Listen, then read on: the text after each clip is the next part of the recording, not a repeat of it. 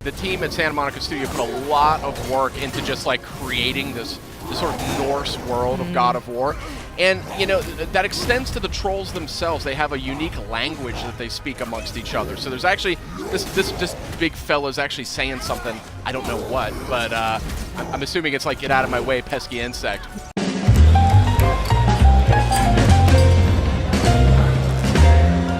Hey guys, you got Sid here as well as Justin and Kristen. We're taking an exclusive look at God of War. This is footage you will not see anywhere else. And this is a troll you won't see in any of the other footage out there either. That is a nasty looking fellow. These trolls, goodness. Yeah, look at this thing. These trolls are actually unique. They're named characters in the game's lore. Tell us a little bit. Each one is different. Each one has a completely different backstory. You know, as with Norse mythology, everything here sort of has a little bit of a story, a little bit of a narrative to it. So each of these guys, they're going to look a little different. They're going to fight a little different. The way you want to go up against them, you might want to think about it differently. Yeah, this guy looks a lot meaner. He's a lot more aggressive than the other enemies that we've seen. Now, an interesting fact, too, I mean, the team at Santa Monica Studio put a lot of work into just, like, creating this sort of Norse world of God of War. And, you know, that extends to the trolls themselves. They have a unique language that they speak amongst each other. So there's actually, this big fella's actually saying something, I don't know what, but I'm assuming it's like, get out of my way, pesky insect. But they got a bit of a chip on their shoulder because I think part of the backstory is that they've been betrayed by the gods, you know, and they have all these different cities and villages. And I'd be mad, too. They, you know, they're down to fight. Boy, this game just looks so good. Oh, some cool. Friendly pup. No, never mind. You know, you're seeing just a different side of God of War with this game. That camera. The glowing eyes are an interesting touch there. Yeah. This camera, I think, is worthy of discussion because, I mean, this is it's seamless. It's like a one-cut game. They don't, like, cut to cinematics or cut to another character. Exactly. Yeah, and even the camera angle, it's a lot closer to Kratos, a more intimate camera there. Yeah, a lot more intimate, and really makes you feel like you're there, you know? Yeah, especially during combat, you sort of feel the impact of every hit. It sort of shakes just a little bit.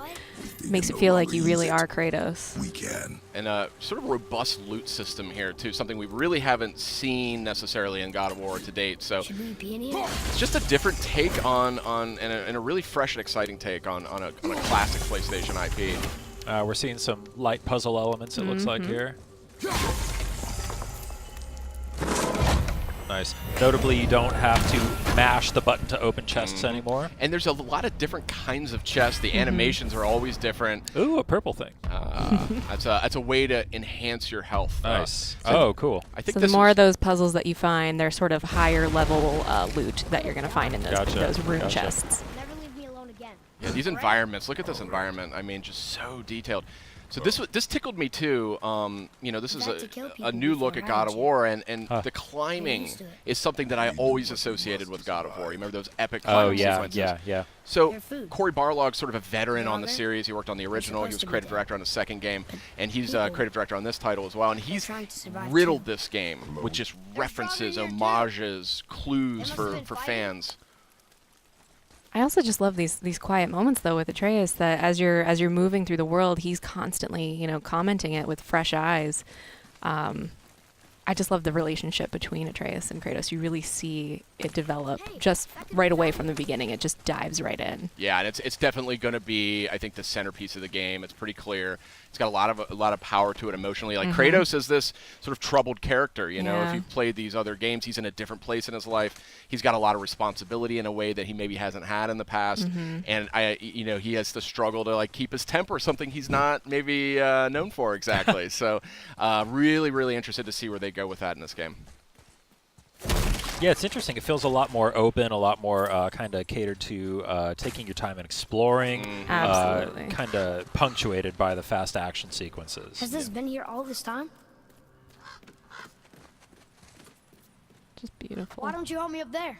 Oh, here we have you know, this Leviathan axe. This is the Kratos' new weapon of choice. It has a lot of impact in combat, but it also has some properties that sort of lend themselves to puzzle solving as well. Wait for me, boy.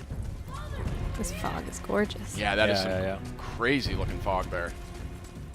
Atreus! Well, hope you liked exclusive sneak peek here at God of War. This is footage you won't see anywhere else, and we are all dying to play it when it launches on PS4 April 20th. See you next time.